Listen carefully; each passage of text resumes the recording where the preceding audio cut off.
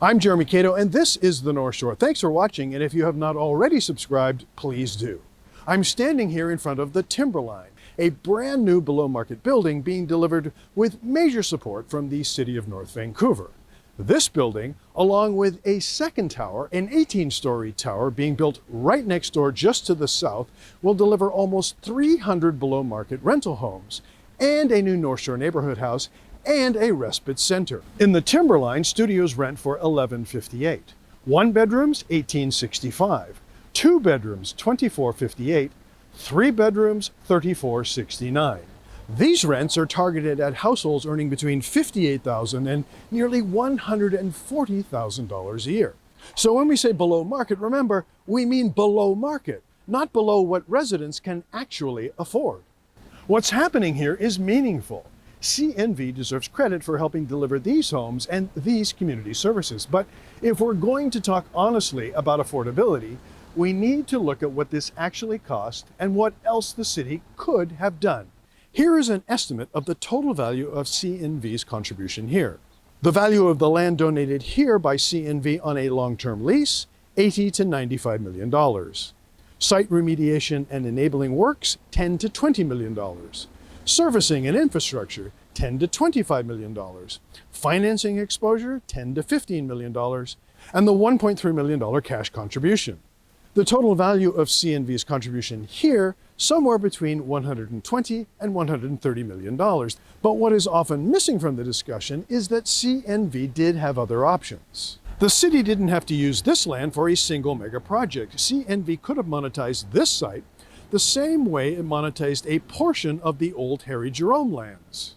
A small chunk of the old Harry Jerome land, a less desirable parcel, still generated $51 million in a 99-year lease with Darwin Construction and Sunrise.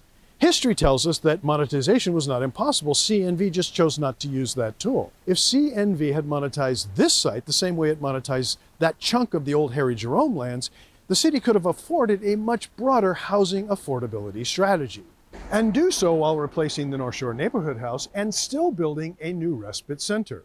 The strategy that I am suggesting CNV could have employed is the following. Monetize all or part of the St. George's site. Tap federal and provincial grants. Engage with municipal financing authority borrowing, and create partnerships, the same tools used in Westminster and Burnaby, Victoria and Vancouver.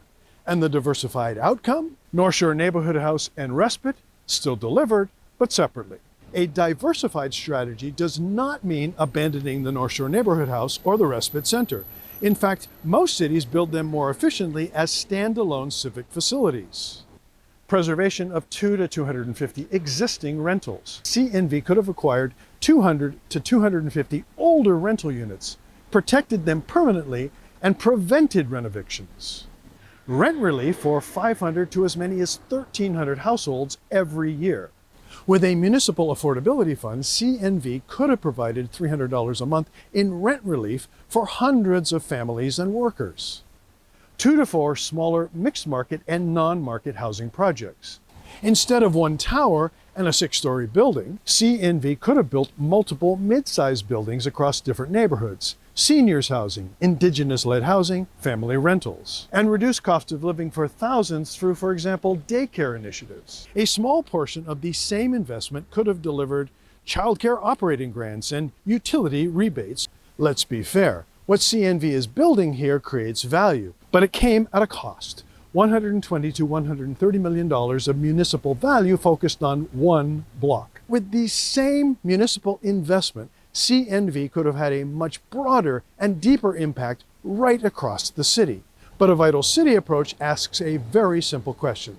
How do we make the most impact for the most people across the most neighborhoods in the most effective way? I'm Jeremy Cato, and this is the North Shore. Thanks for watching. We'll see you next time.